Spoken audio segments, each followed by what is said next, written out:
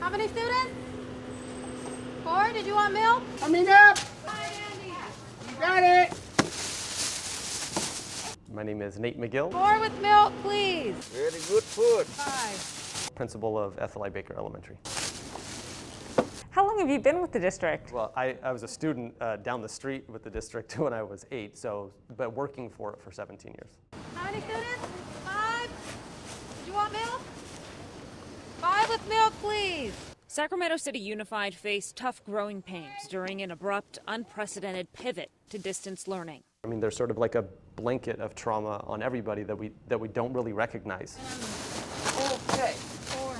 The majority of people in our city, school-age kids, at least in our district, over 70% qualify for free and reduced lunch, who may be feeling the effects of this in ways that we don't understand. Jennifer Kretschmann specializes in attendance and enrollment at the district. Sac City is very interesting. It is this large urban district with all sorts of different schools and neighborhoods and diversity. Explaining, initially, many children fell through the cracks. Because it doesn't look the same for everyone. And unfortunately, our schools, like our Title I schools and our lower income schools, they just don't have the same resources that the families at the other schools have. Last spring, the district was unable to reach more than 1,600 students, meaning zero contact. Families experiencing homelessness, English learners, foster youth, and students of color made up a large portion. What were you thinking? What was going through your mind? Well, as a social worker and as a mother, it was a little bit of panic, right? The piece that was daunting was not knowing what may be going on with those families at that time, because with our entire society shut down, lines of communication were also shut down. But in the 6 months since, Sac City Unified turned things around. Of the more than 1,600 unreachable last spring, that number now down to 9 out of the district's more than 43,000 students. So first we realized that contact information is vital, right? We had never had an experience where we needed to contact every single family at one time. So then it would be calling relatives and family members, scrolling through Facebook, trying to find some way to contact our families. But when calls are unsuccessful, they literally hit the pavement with home visits. We didn't realize how many of our families really struggled, right? We learned that access to the internet was a huge piece of it, but also economic devastation. So we had families who couldn't afford to live where they were living anymore. Buenas tardes, señora Moreno. Habla Sandra del Distrito Escolar de Sacramento. More than half of our families aren't native English speakers, just within this 10-mile block.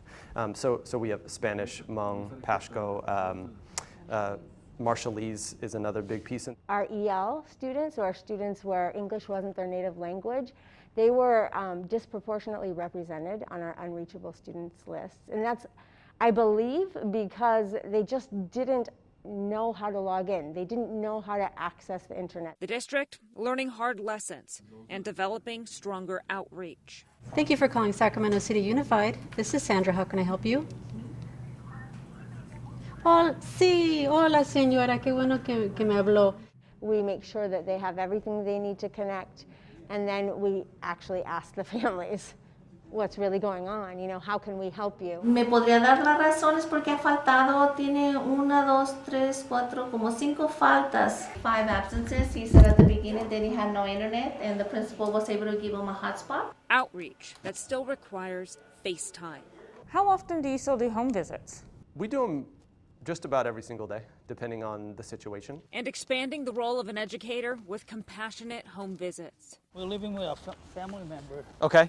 And it's really crowded right now. We had made an attendance call that they weren't engaged, and so the families let us know that they had lost power because of an electrical fire that happened. Those cars have been on fire, have been there for 3 weeks, and then that one's been there for 2 weeks. It has bullet holes in it. Helping Sac City Unified families find safe housing.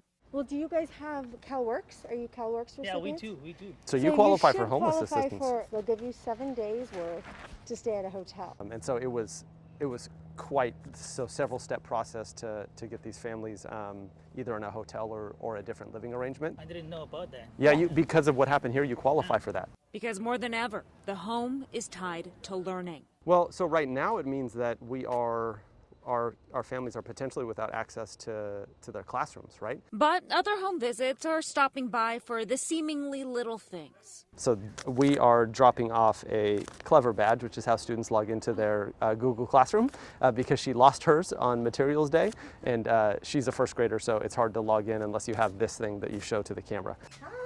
What's up, Newton? Checking in on students to offer support. Will you help her log in tomorrow morning, please? And ease the challenges of being apart. They look good? Okay. Do that, give it to your sister, okay? Everything else okay? Yeah. Okay, cool. Thanks, Newton. Because Jennifer and Nate deeply understand that for many students, school is more than education. It made my job move from focusing on attendance, getting kids to school, focused on education, to now focused on serving our families and the entire unit, the entire community, the entire neighborhood, because school is it's a hub.